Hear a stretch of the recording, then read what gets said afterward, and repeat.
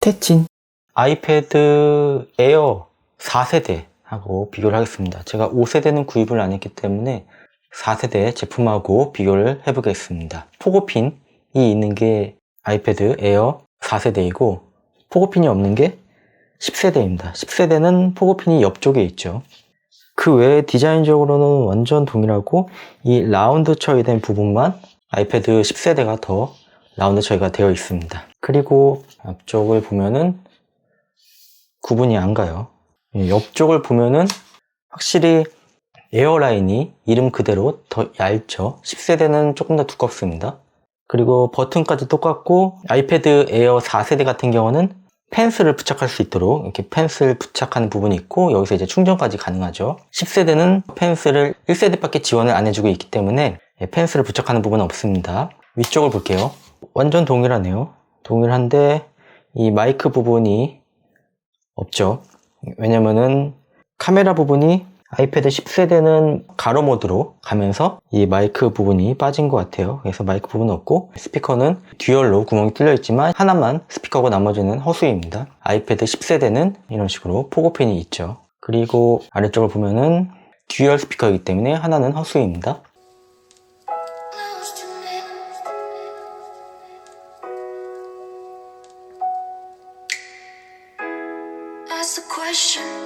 Then you said it, always saying things you're regretting. Can't erase the steps we've taken.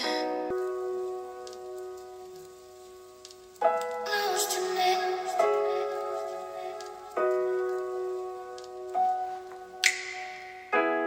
Ask the question, then you said it, always saying things you're regretting. Can't erase the steps we've taken.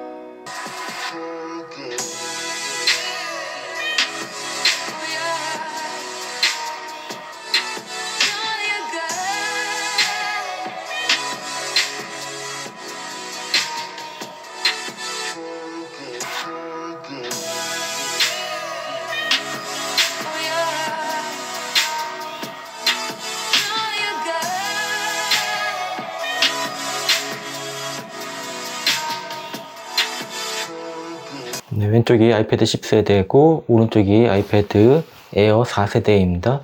화질 비교만 해드릴게요. 확실히 그 라미네이팅 처리가 되어 있기 때문에 그 디스플레이하고 유리 사이에 갭이 없기 때문에 더 선명한 디스플레이를 보여주고 있고요. 그리고 이 빛반사 처리가 아이패드 10세대는 빛반사 처리가 안 되어 있기 때문에 지금 이 두 제품의 이렇게 빛반사를 보여드리면은 이쪽은 지금 새 쪽에 조명이 지금 빛반사 처리가 안 되기 때문에 더 빛이 번지는 게 보이실 거예요. 이 라인 같은 경우도 훨씬 더 진하게 표시가 되고 위쪽에 조명도 이런 식으로 차이가 발생이 됩니다. 이게 빛반사 처리가 돼 있고 안 돼 있고의 차이가 이렇게 명확하게 보이죠. 위쪽 이미지도 보면은 빛반사 처리가 돼 있고 안 돼 있고의 차이가 이렇게 차이가 발생이 됩니다. 화질 위주로 사용한다고 하면은 아무래도 에어 쪽으로 구입을 하는 게 더 좋다라고 말씀을 드리고 싶고요. 아이패드 이 9세대하고 10세대 같은 경우는 저렴한 가격으로 사용할 때 쓰는 제품인데요. 그렇기 때문에 라미네이팅 처리는 이제 패널하고 유리 사이에 갭이 없이 완전히 일체형이 된 걸 라미네이팅 처리라고 하잖아요. 그런 처리가 안 되어 있고 그 다음에 빛반사 처리가 안 되어 있기 때문에 사용하는데 그렇게 만족감이 들지는 않을 거예요. 하지만 이 아이패드 보급형 라인은 저렴한 가격에 사용할 수 있다는 그런 장점이 있었죠. 근데 지금은 이제 그러한 장점도 없어졌죠. 아이패드 에어 가격과 거의 비슷할 정도로 가격이 올랐기 때문에 물론 이제 아이패드 에어도 가격을 올리면서 차이를 좀 없애긴 했는데 과거의 아이패드 에어 정도의 가격까지 올랐다라는 거는 분명 부담되는 가격이라고 말씀을 드리고 싶네요. 이렇게 아이패드 에어와 아이패드 10세대 화질 비교를 해드렸습니다. 이렇게 화질 차이와 빛반사 차이 봐주시면 될 것 같습니다. 이렇게 있습니다.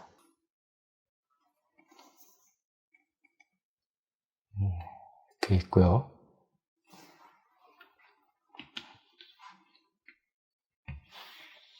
네, 후면은 아이패드 에어 4세대하고 아이패드 10세대 모두 12메가픽셀 와이드 카메라를 탑재하고 있습니다. 네, 카메라 성능은 두 제품 모두 큰 차이는 없을 것 같고요. 야외 사진도 이렇게 촬영해봤습니다. 전면 카메라 같은 경우는 아이패드 에어 4세대는 7메가픽셀 카메라가 있고요. 그리고 세로 모드로 카메라가 되어 있는데요. 아이패드 10세대부터는 화상회의를 고려해서 12메가픽셀의 가로형 울트라 와이드 전면 카메라가 탑재가 되어 있습니다. 지금 이건 전면 카메라로 찍었을 때고요. 가로형이기 때문에 사물을 찍을 때 이렇게 정면으로 보이는 장점이 있고요. 아이패드 에어 4세대 같은 경우는 일반적인 세로형 카메라이기 때문에 그래서 화상회의를 할 때는 본인이 가운데로 센터를 맞춰줘야 되는 단점이 있죠. 아이패드 10세대하고 아이패드 에어 4세대는 둘 다 A14 바이오닉 칩을 사용하고 있기 때문에 성능은 동일하다라고 보시면 될 것 같습니다. 근데 조금 측정하다 보니까 이상한 점이 발견이 되는데 아이패드 에어 4세대나 아이패드 10세대 모두 둘 다 동일하게 4GB 메모리를 사용하고 있고 롬은 64GB로 구입을 했어요. 근데 성능 측정을 해보니까 싱글은 약간의 오차 범위라고 생각을 할 수 있는데 멀티코어 같은 경우는 점수 차이가 좀 발생이 되더라고요. 그래서 10회 이상 측정을 해봤는데 같은 AP를 사용하고 있는데도 아이패드 10세대가 아이패드 에어 4세대보다 성능이 높게 나온 적이 한 번도 없습니다. 이것도 좀 의외의 결과인데 참고하시기 바랍니다. 그리고 이 C타입이 아이패드 에어 같은 경우는 3.0의 전송이 가능한 USB-C 타입이라고 하면은 10세대 같은 경우는 무늬만 USB-C 타입입니다. 케이블을 한번 연결해 볼게요. 아이패드 에어 4세대에 케이블을 연결했어요. 이렇게 모니터 케이블 연결한 다음에 위쪽을 보면은 지금 모니터가 정상적으로 뜨는 게 보이시죠? 그렇죠. 이렇게 모니터로도 사용을 할 수가 있습니다. 10세대도 똑같이 케이블을 연결을 하고 10세대도 똑같이 이런 식으로 모니터가 연결이 됩니다. 이렇게 사용할 수 있어요. 그러니까 데이터 전송 속도는 느리지만 모니터를 연결하는 데는 크게 문제는 없을 것 같습니다. 이렇게 사용하시면 될 것 같고요. 제가 지금 아이패드 10세대에서 9.54GB로 표시되는 아이패드 언박싱 영상을 PC로 옮기고 있습니다. PC에서는 8.88GB로 표시가 되네요. 이 영상을 옮길 때 속도 차이를 봐주세요. 지금 아이패드 10세대를 테스트를 하고 있습니다. 3분 정도 지났고요. 42초, 4분 42초까지 속도가 나왔어요. 아이패드 에어도 똑같이 테스트를 해볼게요. 지금은 아이패드 에어 4세대 속도 테스트를 하고 있습니다.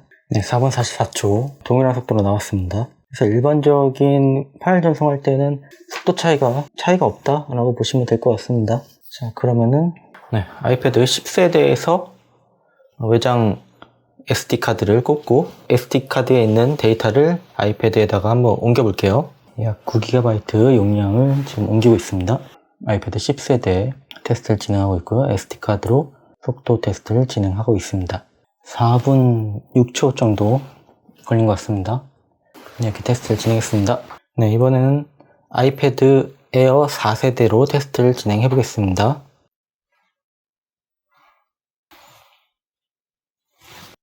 9기가 데이터를 지금 옮기는데 1분 28초 옮겨졌습니다.